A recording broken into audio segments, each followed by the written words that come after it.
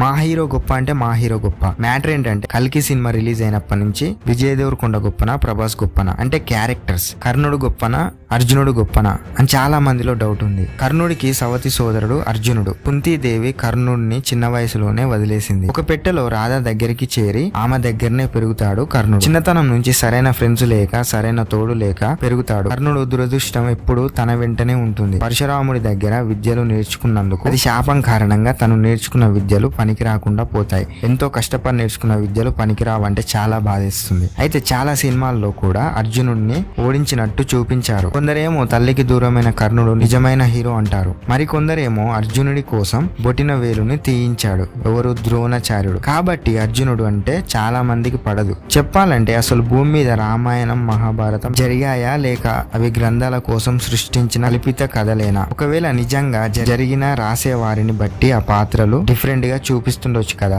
Chris తీసిన NTR biopic లో రామారావు పాత్ర డిజైన్ చేసిన విధానం ఒక విధంగా ఉంటే ఆర్జీవి తీసిన లక్ష్మీస్ ఎన్టీఆర్ సినిమా మరో విధంగా ఉంటుంది. రెండిటిలో యాక్ట్ చేసిన వారు ఒకరే, ఎన్టీఆర్ గారు. చూసిన కోణాలు, తీసుకున్న సంఘటనలు వేరు కాబట్టి భిన్నంగా అనిపిస్తాయి, అంటే డిఫరెంట్ గా అనిపిస్తాయి. అర్జునుడు కర్ణుడి విషయంలో అంతే. So which your choice, which your opinion. So ఈ వీడియోపై మీ ఒపీనియన్ ఏంటో కామెంట్ చేయండి.